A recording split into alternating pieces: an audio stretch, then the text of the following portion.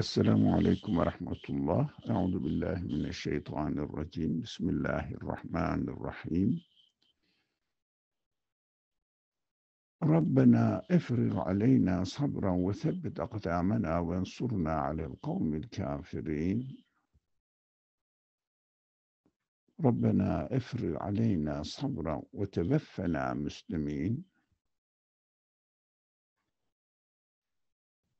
اللهم افتح علينا حكمتك وانشر علينا رحمتك يا ذا الجلال والإكرام.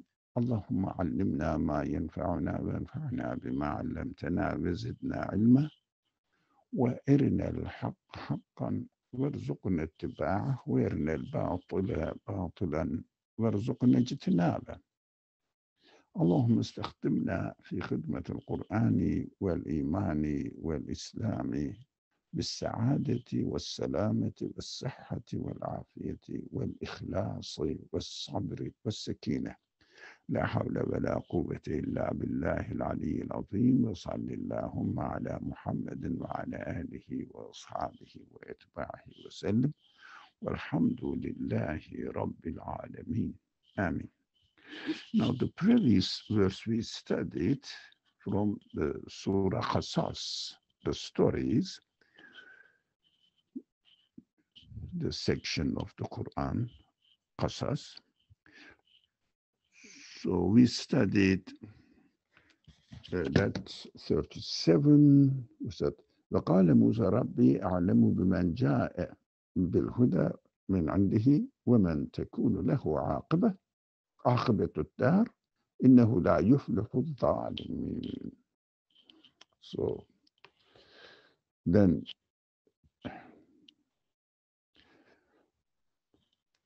the Musa went, when they came to Pharaoh, and he spoke to him. He presented his miracles. We studied what miracles refer to, and then various ways of understanding of miracles.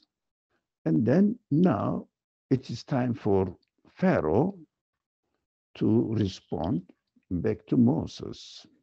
Now, he says, وقال فرعون يا أيها الملأ. Yeah. And the Moses came to him with, here. And the Pharaoh said, counselors, you have no other than I know of except me, other God than I know of except me. It means وقال فرعون يا أهل الملأ ما علمت لكم من آلهة غيري. Other than me, I know no God. I know of no God. And addressing to his counselors, his people around his court, in his court.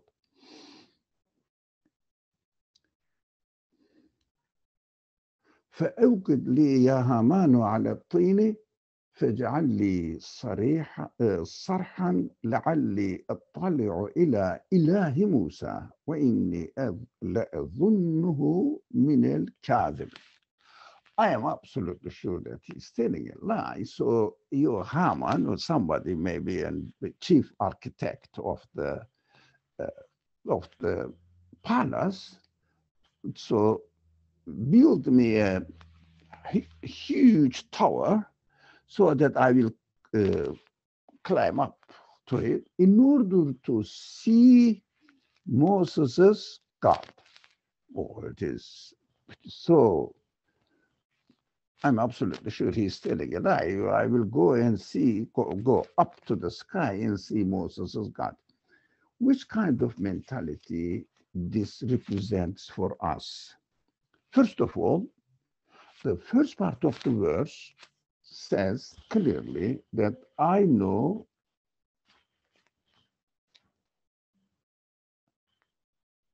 of no God other than me. Oh, what does it mean? It means for Pharaoh, we have to understand that Pharaoh's understanding or Pharaoh-minded people's understanding. The Pharaoh represents a certain mindset. So these people's understanding of God is not the one who created the universe. That is, we have to understand. For example, if someone says atom exists by itself as it is now, as we see it, and religious people or the students of the Quran says, oh, they said atom is God. And the people look at them in a strange way. Why? Who said that the atom is God? Atom cannot create the universe, and there is no such thing. There is no such matter that we will look for the creator of the universe. The universe is out there as it is, and we found ourselves in it. However, we developed in it in one way or another. Who said that he is the creator of the universe? But those people, especially who are the students of certain monotheistic religions, when they mean God, they mean by God is the one who created the universe. But what they mean God, or the things exist by themselves, they say, we are not saying that this atom is the creator of something else. No, it is the creator of itself. That's what we have to understand the trick.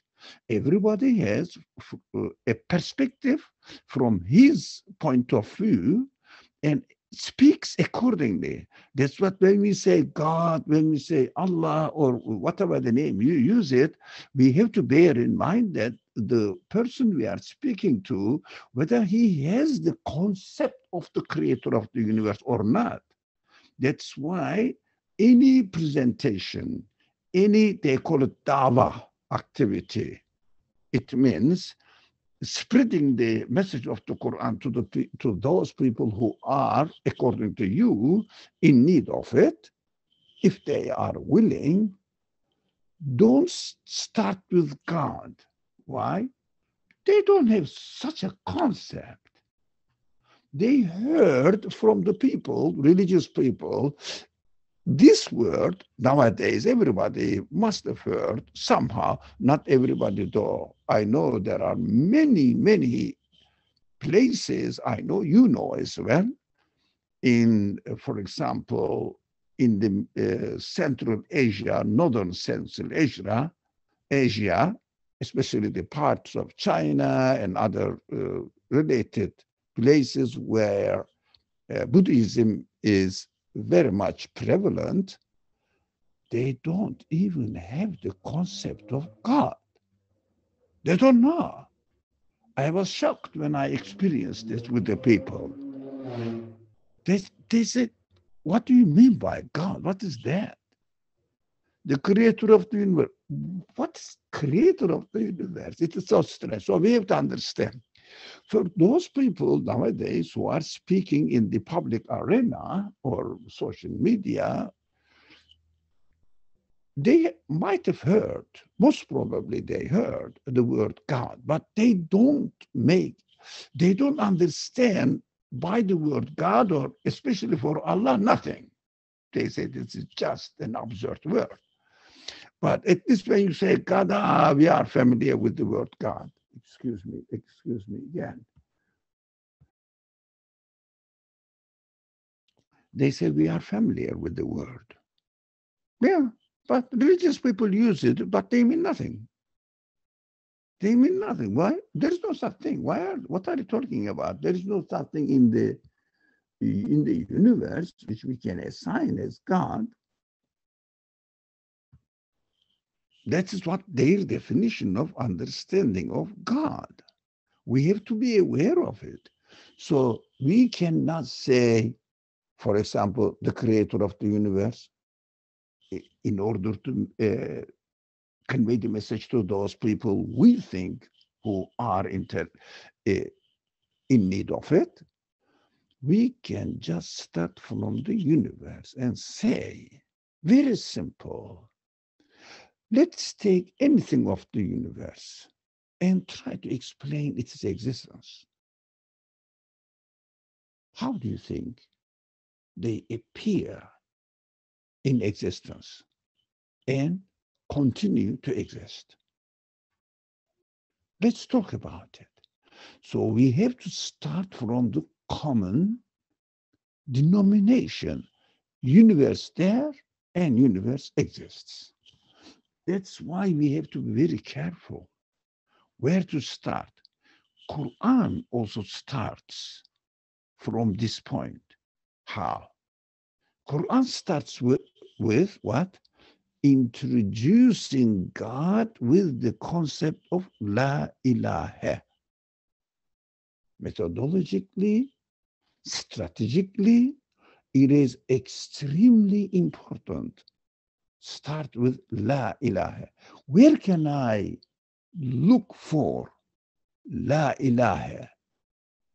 Where? In the word. Why? Because in the world there is no creator God. That's what we have to start from the universe, from the things around us.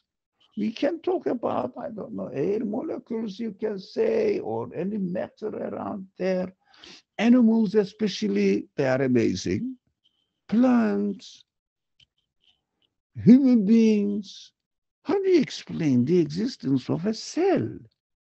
How do you explain the existence of a DNA? How do you explain the existence of energy in the particles? How? How do you explain them?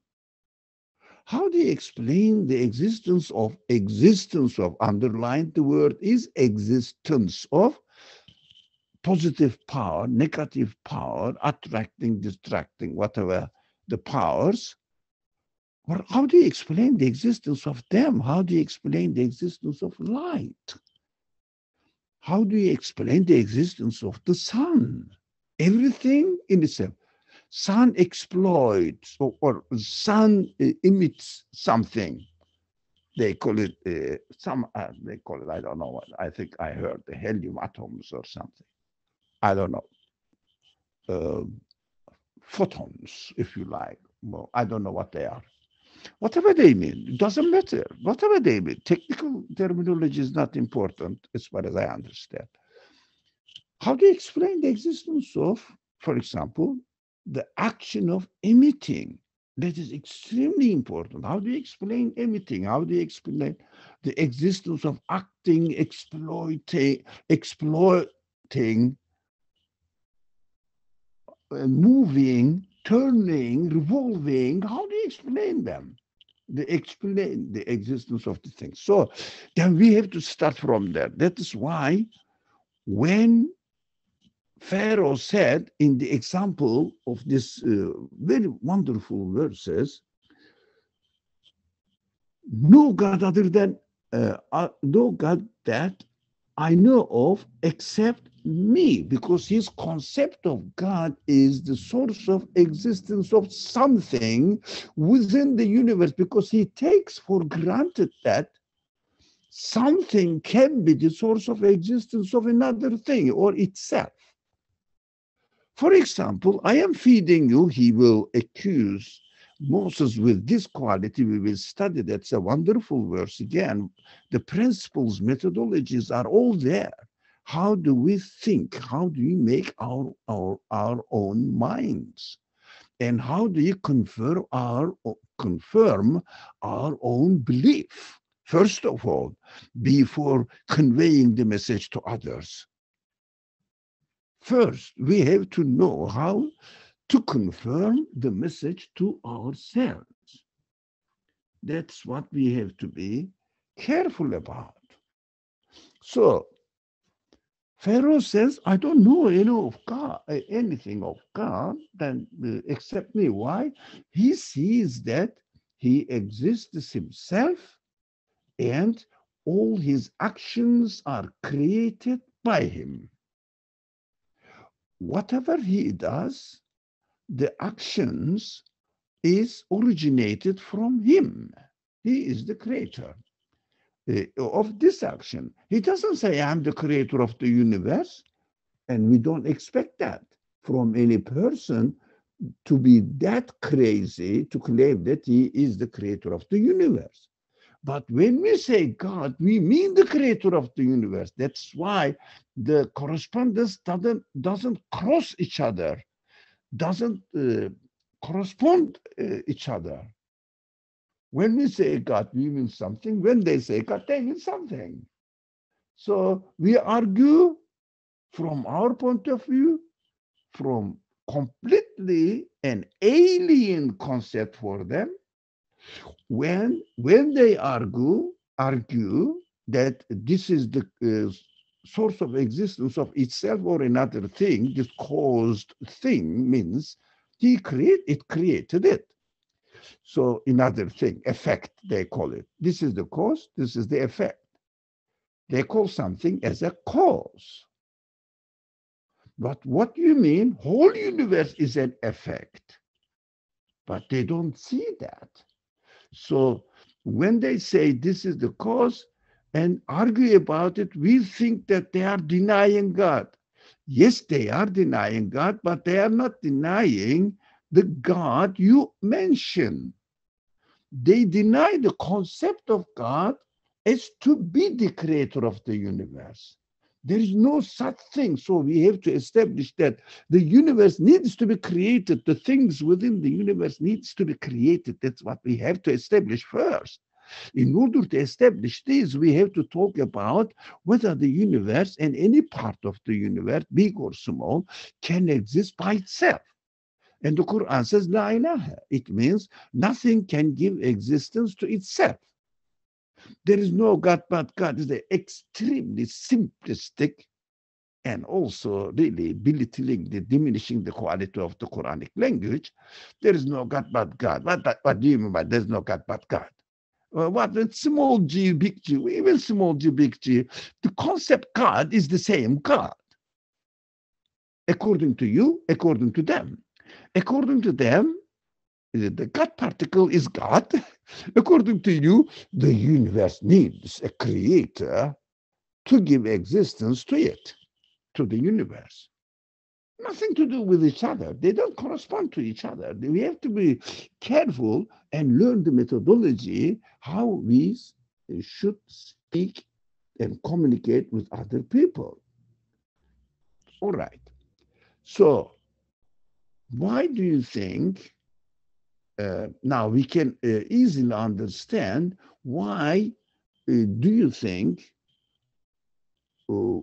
Pharaoh was puzzled? Why? This man is talking about something nonsense.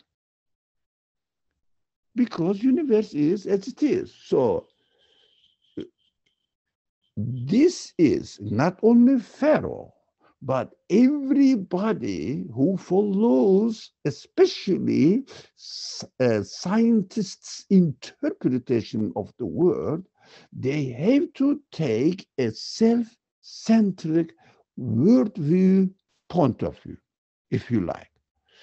Self-centric, which means I am speaking now, I am thinking, I am seeing, I am doing, etc. So does the animals does the animals do whatever they are doing? Instinct within the animal being is also exists also by itself, and everything exists by itself. So the relationship between the things are established. The thing, for example, a cow exists by itself, and the milk is coming from his, I think it is called father or leather, or what is the word? Something, somebody help me, please. Come from her. Come on, speak. Why should I go to chat and lick there? Other, yes, thank you. From its other is produced by the cow. Why? Look at this. Don't you see that cow is producing the milk? Because self-centric worldview. And it is also another problem that is personality problem. It is social problem. It is political problem. Everything. It is economical problem. This self-centric understanding of the world or the universe or existence. What does it mean? If I said everything exists by itself, I exist by myself. So my feelings exist by themselves. I can do because as if I am the one who is responsible for myself.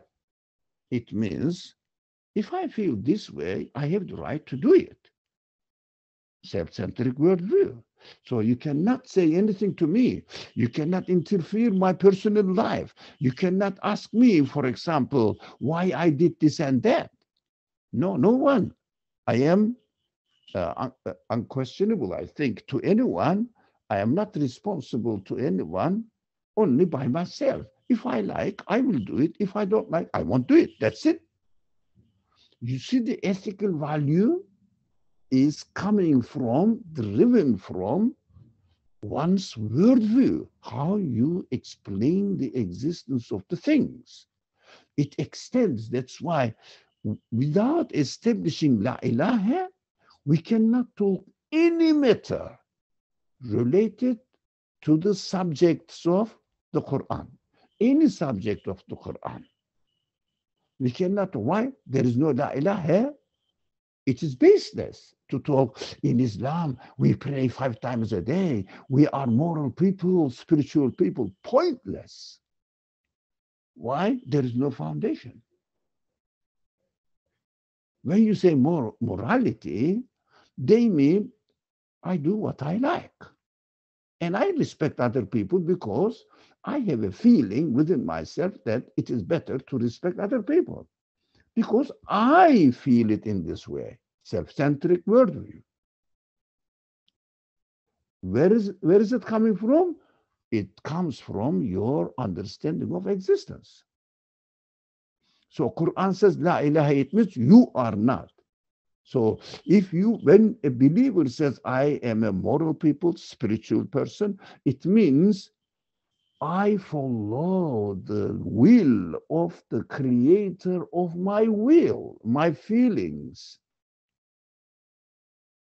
That is what I call it morality, because I act according to the will of the order of my feelings, not according to my self-centric understanding of my existence. That's a great difference in understanding, opposite to each other. So even though I said, Muslim people are good people, what do you mean by good people? They don't harm. They don't harm according to or on the basis of what? The other people say, I don't harm other people because my feelings tell me. A believer says, I don't harm other people because the owner of my feelings told me through creating this sense in me, so I don't obey my feeling, but I obey the will of the creator of my feeling. Look at the worldview, completely contradictory to each other. One of them is asking the believers, morality or spirituality is based on, in the name of God. The other, secularist or and actually not, and humanist people's understanding of morality, self-centric in the name of himself or herself. In self-centric understanding of worldview.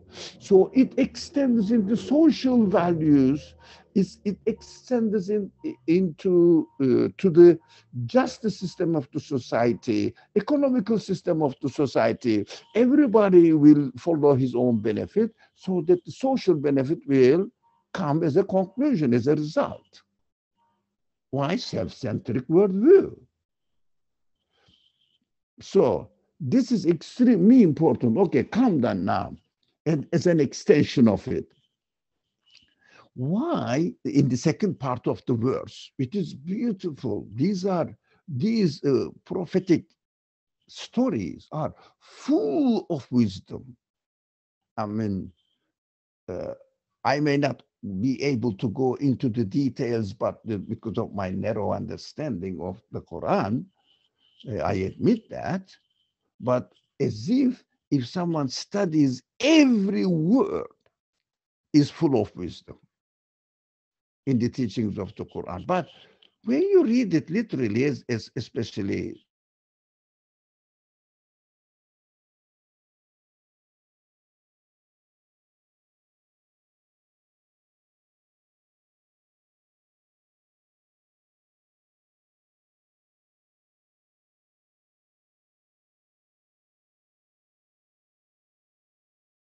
for me, although I shouldn't be like Pharaoh, okay, that's why Quran says don't be like Pharaoh. That is my lesson from it. What did lesson Pharaoh said? I am God. Why? Because he's so arrogant. I'm not saying I'm God, but when you say, a believer says, the reader of the Quran says, I'm not saying I am God, he means I'm not God. I haven't created the universe. I admit that. But excuse me, be careful. There is no difference between your saying, I am not God, uh, and what Pharaoh is saying, I am God. It doesn't mean I am not the creator of the universe. He says, I am self-existing being. So when it comes to self-existing being point, we may think the same thing, although we declared that we are not creator of the universe. So be careful. We may fall into the same category in our practical life. Although we are saying we are not God, if we mean the creator of the universe only, Pharaoh is saying also, I'm not God, as to be the creator of the universe. What happened now? We fall into the same category.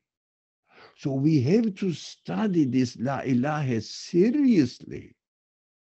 We refer to it very, very frequently. That is what it is needed. Now, the second part of the verse says, Haman, light the fire, make a huge, high tower of clay. I mean, by baking it, it means that's the only way to make the tower up that time, according to the technology, maybe stones, but it is difficult to, how do you say, what do you do with the stone? Hive the stone, I think, is it right? To cut the stone and give it a shape. What is the word, please? Oh, I'm just in need of learning. What do you do with the stone in order to give it a shape? Come on, somebody quickly, just say it. Sculpt. Sorry? Sculpt. No, that not that. This is the word. This is for how do you say sculptures. For hiving the kata, please say. Come on, somebody. Am I not wrong? Carving? No. Masonry? Oh, come on. Masonry? No. Oh, no, not the word I am looking. Come on, making the, for example, giving a, for example, a certain shape, not the sculpture. Molding? Okay, forget about it. No. Somebody should know it. Having or hiving. There is an H in this word. Okay, let's not. This is not a language course now. I'm sorry. That's my curiosity. When I read it, I recognize the word. Then I try to use it because it's a very common word. In the chat, someone wrote honing. Is it that? H-O-N-E. Sorry? In chat, I think Colin wrote hone. H-O-N-E. Honing. Let me see if it is there. Something written here? Let me see. Honey? Maybe. Honey. Okay, that's maybe. Thank you very much. Thank you. Let's, for the moment, concentrate on the Quran rather than the language. So that's why it is easy to make to bake the bread. Yeah, correct, Colin. It is not the word I am looking for, but I couldn't explain what I mean. Anyways, this is the best and easy way to make a high, very high tower. What does it mean? You see, it became even much clearer in the teachings of the Quran in this ayah, in this sentence, that Pharaoh thinks of God as something within the universe, if not on the earth, seated on the earth, but in the heavens, maybe. Let me go up to the moon and the sun and the stars.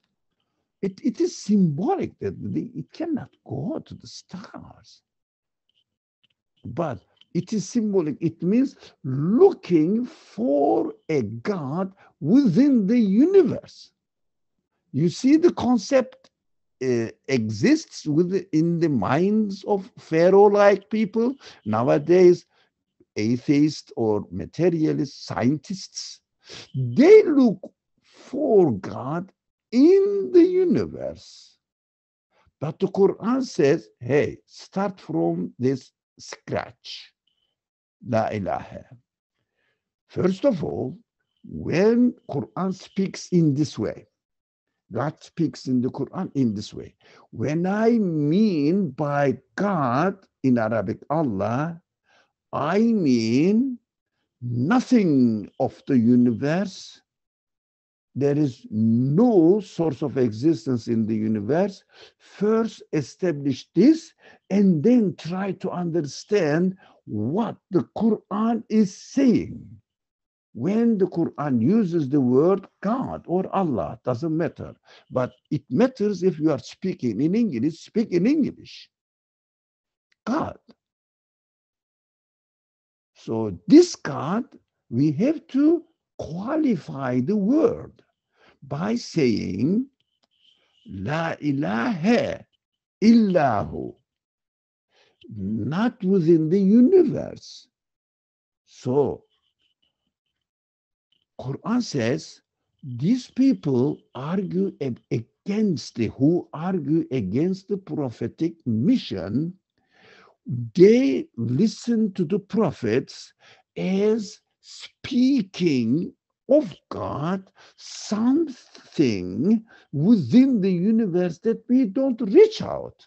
We cannot reach out beyond somewhere in the corner of the sky, sitting a big guy and controlling the universe. You see the famous pictures as describing God, the architect of the universe. Architect of the universe has the tools that the architects use, a ruler or other triangular things, whatever they call it. And the other thing that you put one leg in a fixed point and then turn the other one, make the circle. I don't know the words for them because I have studied in English language from my childhood. So please, you understand what I am saying. So what they do, they make this figure, an old man with a long hair and beard, yeah, and architecting, controlling the plan of the universe that is God. It means something of the universe. That is exactly what Pharaoh is referring to. What that he says, I am going to climb up the sky and see God of Moses. Moses is God. I'm sure he's telling a lie, but I have to materially prove that. Okay. Did you get the verse now? How it is very much related to our daily life now and to ourselves. Although we claim, which is rightly so, we claim that we believe in God as the creator of the universe. But methodologically, to speak in this way does not work, especially for a person who doesn't have a right understanding of the concept of God. So the second person, the second sentence, verse 39. Let me see. Okay. واستكبر هو وجنوده في الأرض بغير الحق. That's very important. They became arrogant, behaved arrogantly. He and his supporters, his army, it means supporters, maybe his counselors, with no right. Now, with no right. And then, وظنوا أنهم إلينا لا يرجعون. They thought they will never be brought back to the creator of the universe because they don't have the concept of the creator of the universe. They think they appear into existence within this universe and they disappear they disappear. Their existence will disappear within this universe, disintegrate and become particles of this universe, nothing to do with a human being. That's what they think. They don't think that they are going to be brought back to their creator, who is the creator of the universe. Why do they do that? Because they have no right to do it. What does it mean? With no right. بغير حق. What does it mean? It means we have to understand, for their claim, they have no evidence. They have no evidence. That is why they are not responsible for anyone else, because they think with no evidence they exist by themselves. So they own themselves while they are living in this world. When they die, they lose their ownership over themselves, and that is how the nature acts. That's what we understood from this word, that they claim this arrogantly, and for their claim, they didn't have any evidence, any sign. Why? They took the existence for granted. That is very important. Methodologically, that is very essential. Why? If you take for granted that you exist yourself, although you may say, I am created as a believer now, as a believer in God and a student of the Quran, I am created by God, but this is my feeling, this is my understanding, this is my decision, this is my free will, this is what I do. Yeah? This is what I did. What happened? Can you prove that? When you do something, it is really you who is creating it, or is it only that you are asking and obeying the order of the universe, therefore asking the creator of the order of the universe to create it for you?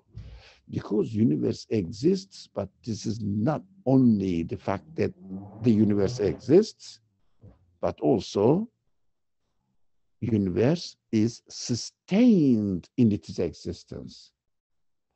You can understand this easily when you ask yourself, can you sustain your existence? What does it mean?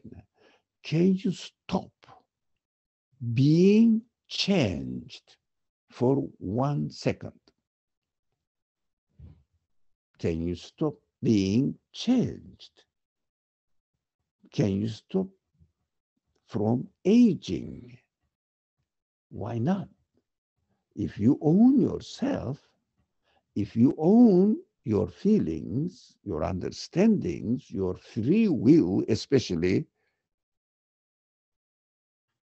then you can stop yourself from changing, aging. It is it is a very, very important, it is a very, very important principle in thinking. Can I sustain my existence for 1 moment? No, it is changing. Who's changing? The order of the universe. Order of the universe is changing as well. According to what? Who is deciding about this change? What is deciding about this change? Do they have the free will? I have a free will, but I cannot stop it. How about dead? Just dead matter. It means matter has no life by itself. Excuse me.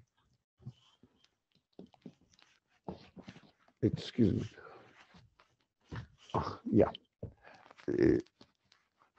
Matter has no life by itself, cannot stay or cannot prevent himself from changing. It is continuous. For example, they said the electron is continuously revolving around the nuclear or whatever they call it. Yeah.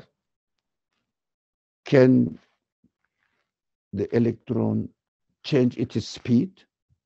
Can the electron change its orbit? Can the electron change its position? Can the electron stop its action? No. What does it mean? It is subject to the will of somebody else, something else. So we understand that there is no source of the change within the universe by itself. Definitely, everything is subject to the will of somebody or something else than themselves. Everything means including me, including my feelings, including my free will, including the animals and plants and other inanimate beings, and including the galaxies. No one has any power to control its existence, to control its sustenance, it means sustaining in existence. That is what the Quran emphatically keeps repeating, that the world will be destroyed. World will be destroyed. Why? Because world, the universe, cannot stop being destroyed. They have no power. Nothing has any power to control its existence. Can you control your existence? As a conscious creature full of qualities, we have free will to choose, to decide We can't. How about other beings? They don't have such qualities. They never ever can do anything. Their existence is totally, entirely depends on somebody else's will, including the whole universe is dependent on something else's will, power, decision, choice. That is why if you look for a God within the universe, the creator, anything who has the quality of being able to create cannot exist within the universe. You appreciate, I'm sure, the value of La ilaha, the Quranic, if you like, premise, first premise, presented to human beings to learn and to reflect, start thinking from this point of view, La ilaha. And then, if nothing can exist by itself, if nothing can sustain its existence, therefore, nothing can sustain themselves, can own themselves within the universe. So the whole universe must have been owned by a one who is called in the Quranic language Illahu. There is nothing in the universe which can sustain its existence, which can give existence to itself, but there must be something else except He. What do you mean? The one, whoever it is, who gave existence to the entirety of the universe, is He. Quran says, Qul huwa Allahu. That He say or declare or understand, come to the conclusion as a result of your reflections, this conclusion must be, this He, Illahu, is Allah. That's why Quran uses sometimes La ilaha illahu, sometimes La ilaha illallah.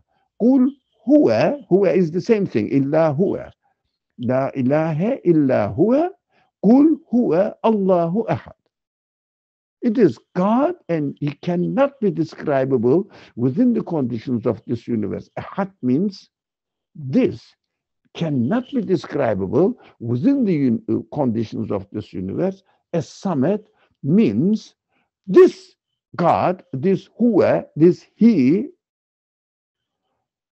cannot have any quality of a created being because He is the source of origin of everything.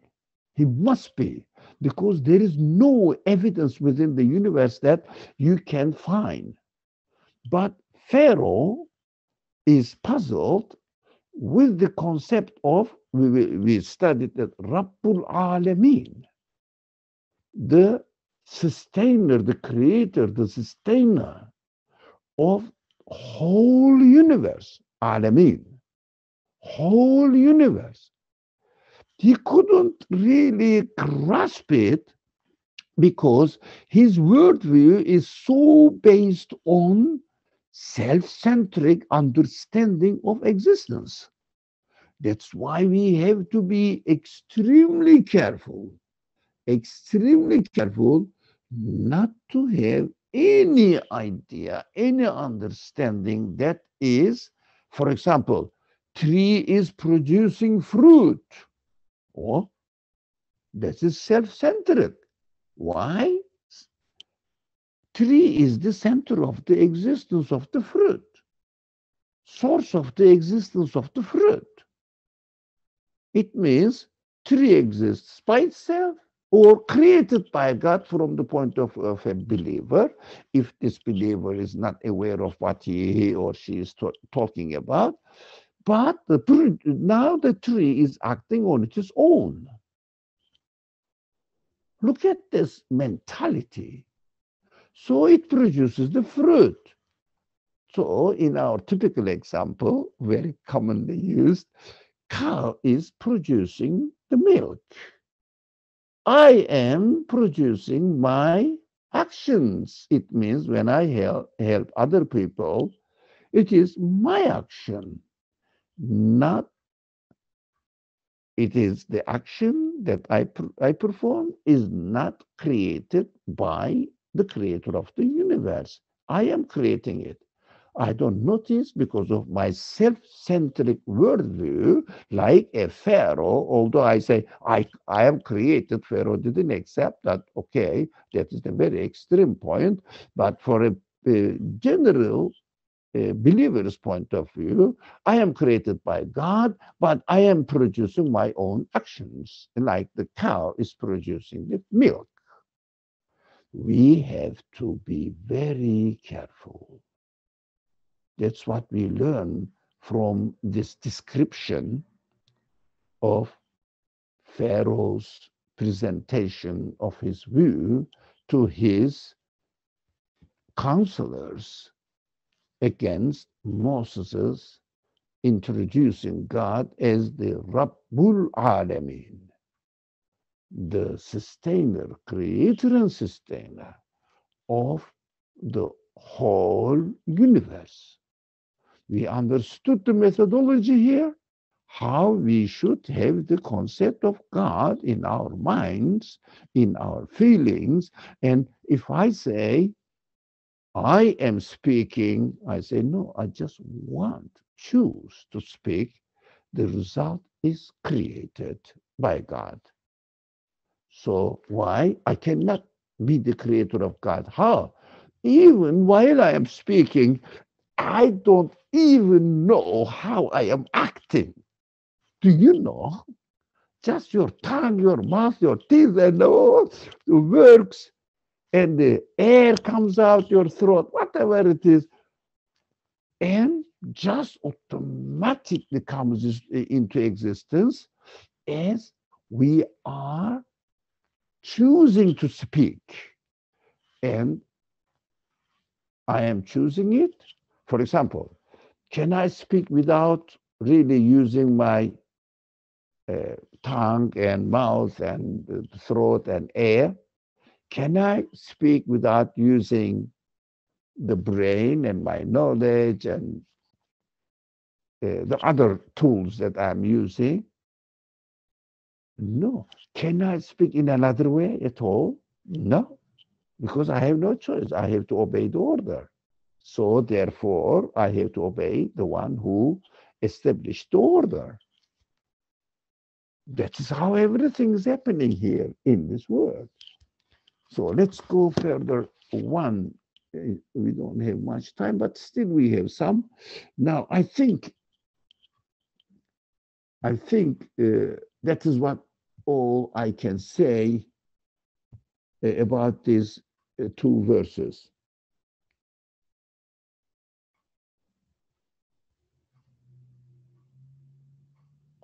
Oh, but Colin wrote something. No, Colin? Oh, yeah, Colin wrote. Unable to God and that confirmed the truth of atheism. Why don't you explain it? Can you not? Is not your. It's a beautiful point and very refreshing also, like Pharaoh's understanding. Don't you have your mic working or not to prefer? Colin, are you here? Yeah, can you hear me? Oh, yeah, of course. Please go ahead. This is very funny. This is what you were talking about 20 minutes ago. So, okay. You were talking about the way that Pharaoh is trying to locate Moses as God in the matrix of material existence, on those terms. And I think it was, it must have been in the early 60s, the first Russian cosmonaut was sent up into space. And he came back, and obviously the party line of Soviet Union was atheist.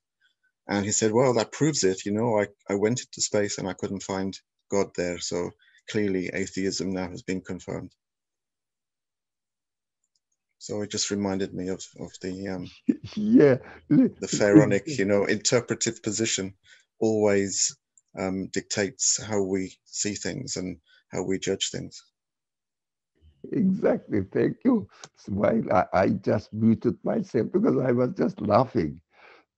1400 years ago, what the Quran declared, this is just on the, I think this is 28th. Yeah.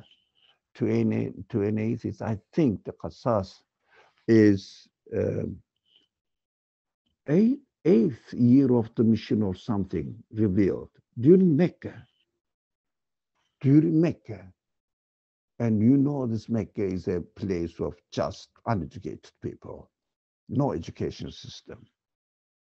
And the Quran speaks with an, if you like, symbolic teaching through the stories of the prophets in the Quran. It means that these are the ideal examples that God is presenting to us. One is Pharaoh, the other one is Moses. Pharaoh represents what? Complete, arrogant atheist with no evidence, claiming to be God. Moses represents just 180 diametrically opposing, 180 degree diametrically opposing idea, complete submission to God. These are two extreme cases. So the reality is presented to us by showing two extreme cases so that we can take either Pharaonic, or what is on a Pharaohic way, or if you like, Mosaic way, prophetic way, or if you like, philosophical way, human mind by itself. So this took place 1,400 something years ago. Exactly the same position, same attitude is valid within mankind, humankind. The astronaut is just a typical example that our friend Colin shared with us, reminded us. At that time, I was very young, but later on, I realized what they were saying. A few years later, it was very, very widely spread news, exciting news. Though human beings went up to the moon, and okay, the sky is opening in front of human beings, etc. And then this guy, the famous, his name was famous, but I forgot, said that he didn't hear, he didn't see God there. And the Muslims made up the story that this guy heard Ezan on Duda.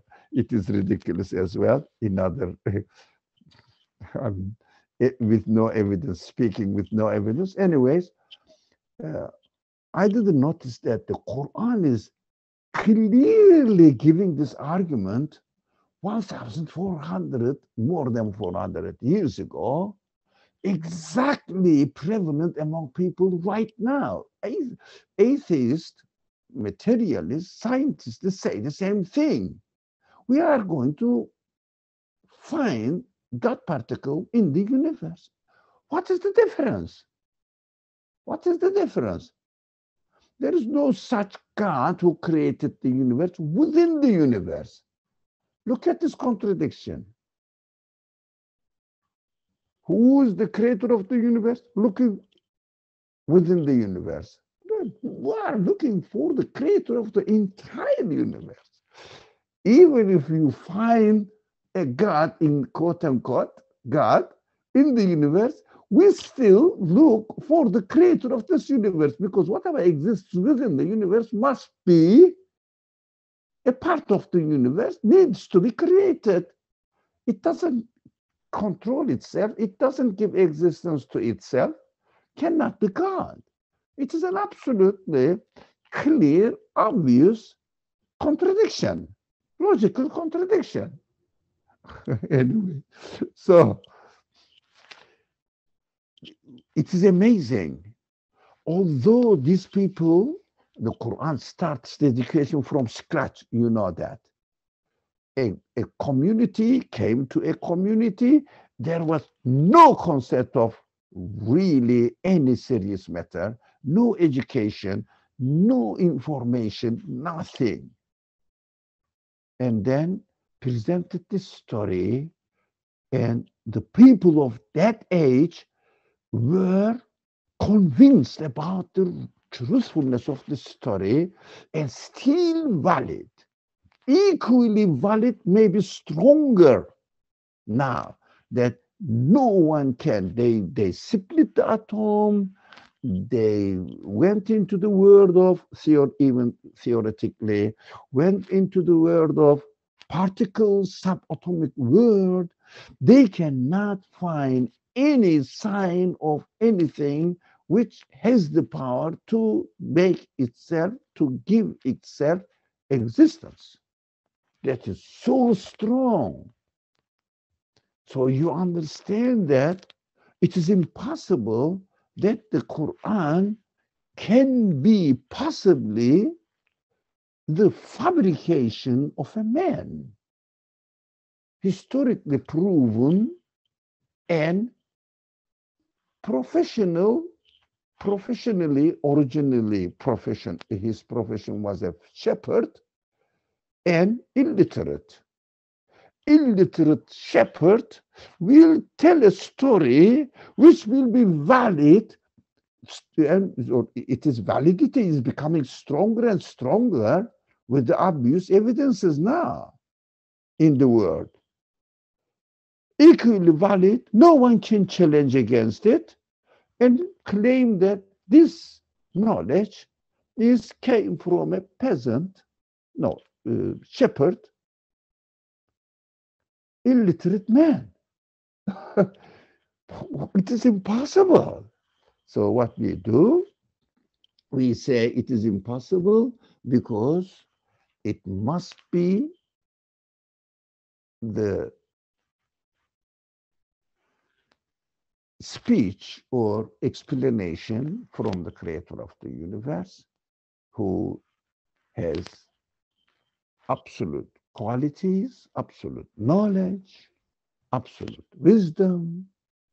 So we understand that the universe, the creator of the universe, must explain this matter to all of us, all human beings, must explain so that we will be confident within our own understanding of our own existence, so that we will be guided.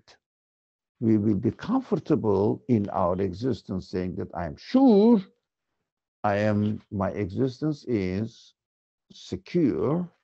It is in the hands of the Creator. He gave me the existence. He is going to preserve my existence. I cannot preserve it, but I can only ask my God to give me a better future in my existence, because I need it. These feelings are given to me for a better life by Him. These feelings are given to me by Him. So I can say, please, my feelings is your promise. So please give me, the language of the Quran says, paradise. It means absolute happiness, infinite happiness. He is the absolute one. He can give it. I know. That is the way I learn, that is the news I learn from his speech, and it corresponds totally to my need. Now, I think we should go to the next verse now. Next verse we are going to study what? Yeah, no, something interesting. Something again interesting. So how God cast them into the sea. What does it mean? Oh, casting them into the sea. Well, Moses went through the sea and Pharaoh followed it. Oh, now, this is just a story. What does it signify for me in order to apply to my real life? I'm not going through the sea and drowning it. Now I'm sitting in my house. There is no water. There is no sea around me. And I'm not in the sea now. So what does it mean for me? Of course, this being drowned in the sea, in water, is extremely important concept in the Quran. We have to study next week that. I'm really excited to see what it means really and how can I apply it to my practical life. Yes, we can, and it is amazing. We have to be very, very careful not to fall into the sea, whatever the sea represents. Thank you very much. Inshallah, I see you next Monday, next Saturday, next Wednesday. Thank you, Jazakumullah. Wassalamu alaikum wa rahmatullah.